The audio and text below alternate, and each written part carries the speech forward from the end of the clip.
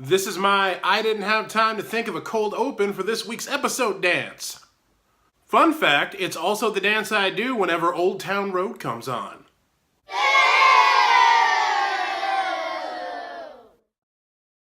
Welcome back, hashtag Waywo Real Ones. This is What Are You Working On? It's episode 12 or 13, and it's the weekly show that's all about what we did this week. It's about accountability and productivity and helping each other stay on task with, positive reinforcement instead of, rulers on the knuckles like a Catholic nun. I've heard that's a thing. I've never actually been to Catholic school, so I don't know.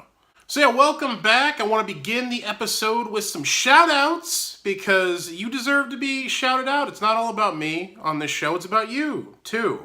Want to start out by shouting out Oxhorn Supporter 985 for hitting word count this week. It's like that's the building block of writing. It's all right there. It's those small goals, hitting word count. Oxhorn also, reading through my Sin du Jour series, was giving some props to Greedy Pigs, which is the fourth or fifth book in the series. I don't even remember anymore. I wrote so damn many of them.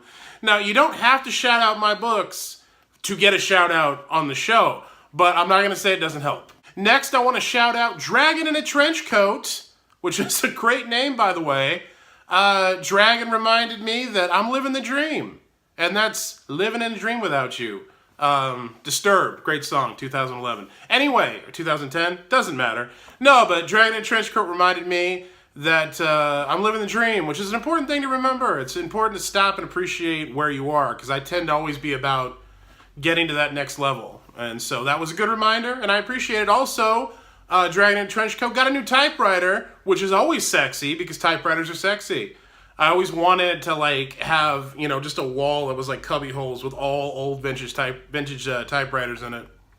I don't have the money or the space for that yet, but one day, that's that next level goal I was just talking about. I'm going to appreciate the writing room I have now, but it's okay to also keep your eye on the prize of one day I'd like to have an office full of vintage typewriters. Finally, I want to shout out Dan Hill. Dan has not actually commented on a episode of Waywo here, but Dan did subscribe literally just a little while ago to the channel.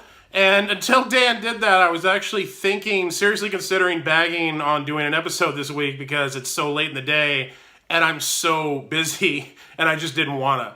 But then I saw that thing pop up in the corner of my screen like, Dan Hill just subscribed to your channel. I'm like, oh shit, if people are going to keep subscribing to the channel, I better keep putting out episodes of the one show I'm doing on the channel. So thank you, Dan, without even yet participating actively in Waywo. You have encapsulated the Waywo spirit because you kept me on task. You kept me accountable. So thank you, Dan. Shout out to all of you folks. And if you haven't been shouted out on the show yet, stick around because eventually I will shout out everyone. Everyone deserves to hear their name on the channel. So yeah, this week I am into the final round of POV chapters in Savage Bounty, the second book in my Savage Rebellion series, the first book of which is coming out next year. Big release on the far horizon. I don't actually have a date yet. It's scheduled for spring. But hopefully that will start a big, epic series that people buy for me. Working on the second book now. I didn't hit the original deadline, had to extend it because of the new job, which I'll also talk about in a minute. But, these things happen. The point is you stick with it and you get it done. And being into this last round of POV chapters means I may actually finally not be writing this book anymore, and it's very exciting. I'm happy with it. I love it, but I also hate it immensely with every part of my soul. Which, if you've never gone through that, that's perfectly normal. That happens with every book at some point, possibly multiple points. It's okay to hate your own stuff. I said that on Twitter this week. I said you shouldn't sweat bad reviews. You shouldn't sweat bad reviews because no one will ever hate your book as much as you have at multiple points. That's just part of being a writer. So yeah, the video game writing, I'm starting to adjust slowly but surely, and I've learned that adjusting to a new job is really just about not worrying about every little thing. That's really what it comes down to, not worrying about every little thing, because you're just a ball of worry and nerves. At least I am. I'm not going to speak for everybody. Maybe you're full of fucking self-confidence, and congratulations, but that doesn't do me any good. But yeah, when you start the new job, you're just a ball of nerves and worry and uncertainty and a lot of adjusting to the new environment and getting into the flow of things is just not doing that anymore. Realizing I'm here, they like me, they gave me the job, Whatever I don't know, I'll figure out. Whatever I'm not used to, I will get used to. And just kind of getting out of your own way and just stop worrying. So I'm trying to apply that to this situation, and I think that's easing the process a little more. It's interesting work. Again, it's hard to talk about the details. I'm not supposed to, but that's a thing related to the writing that I was thinking about this week that's also applicable to basically getting any job ever or doing any job ever. Independently of that, it's just, all I can say is it's just really cool to be working on a AAA video game. Like, I never thought that would be me. I never get that chance. So, and now I'm working on like a couple of them. So that's going really well. It's hard balancing everything. I don't have that figured out yet. I don't know if I'll ever get that fully figured out. I'm just doing what I can to stay on top of everything, using the time that I have when I have it, and prioritizing everything the best I can prioritize them. I don't know what else to do. It seems it's working so far. It just means that things get done a little slower than they otherwise would have, on like the novel writing side of things and spec writing side of things. But that's the price you pay. So I'm going with it, but it's going well. And I'm, again, trying to get out of my own way. That was what I was working on this week, mainly with, the video game writing. Recorded a new episode of Ditch Diggers this week with Mur Lafferty, our podcast, not my podcast. Mur, we co-hosted. And if you watched last week's episode, you know that Mur and I are trying to get back to like a weekly release schedule with the podcast, get the consistency going, more episodes out there, because we kind of feel like the podcast stagnated a little bit. Our Patreon capped, our kind of listenership kind of capped.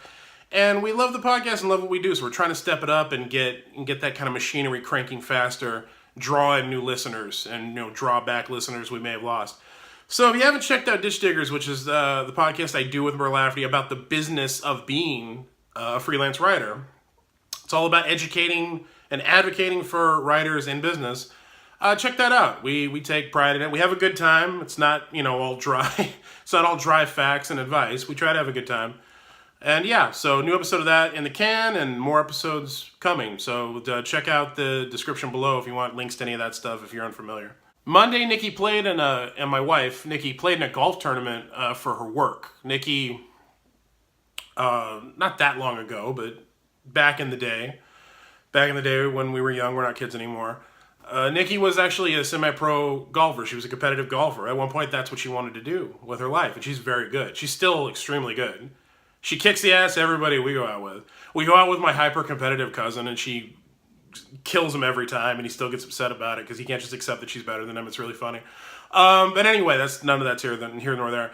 But yeah, she had a golf tournament that it was actually an overnight trip, so I went with her because I can't sleep without her, and she can't sleep without me. It's really sappy and pathetic, and I'm not going to get into that either. But on the drive up there, and I'm just telling you this because this kind of took up a day and a half of my week.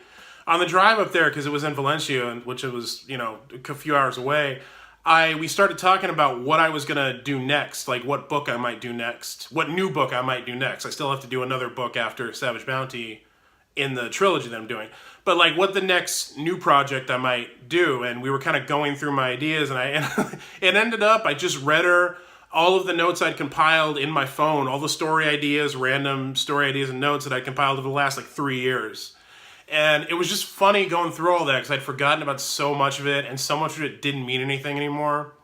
It was amusing her, and like one of the notes just said sentient bread. So yeah, it's interesting what you find when you go back through that stuff, and I think every writer has that experience, however you record your ideas. I put them in my phone. I also have a spiral notebook that I use because I like making notes longhand. I said this in the comments last week, I hate writing longhand.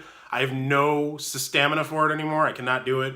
I cannot write more than a sentence longhand, but I like keeping notes longhand, like random notes and, lists of names, a lot of lists for my stories and whatever I'm working on. I just find that helpful. So I have a whole spiral notebook, and I have my phone. I just have dozens and dozens, if not hundreds and hundreds of random ass like premises or random things that would be cool in a story or actual story ideas, and just this whole collection of garbage. And I was just reading her all of it, and it was really funny. I should do some of it for you all next week, maybe. Not this episode. Maybe next week I'll do it. So that was more or less my week. Going to see John Wick in just a couple of hours. I'm really excited about that. Huge John Wick fan. Got a John Wick action figure around here somewhere. It's over there. So yeah, how was your week? Way real ones. How is your stuff going? Hit the comments. Let me know what's going on. Replies are guaranteed. If you're new to the show, you can ask me questions. I'll answer whatever you want to ask me. You need advice, you want to brainstorm, whatever you need. I'm here for you. That's what Weiwo is all about. It's about all of us helping each other keep trundling on down that road of productivity. It's not just for writers. Whatever you're working on, hit me up and let me know. Please do like, share, subscribe, hit that little bell notification so you know when new episodes of Weiwo pop up every Friday. All of that stuff is important, as is sharing what we're doing here on your social media. Let people know about the show. Let people know about the channel. I deeply appreciate it when you do that. I deeply appreciate it when you use the hashtag and let people know what we're doing here. I think we're having a good time, and I think we're doing something meaningful, you know, not like life-changing, but smally. I want to say smally. No, but something meaningful, so let people know. I'd appreciate it. All right, until next Friday, happy writing, happy whatever you're doing in your lives. Go get some stories to tell me next time, and tell me the stories you accrued this week.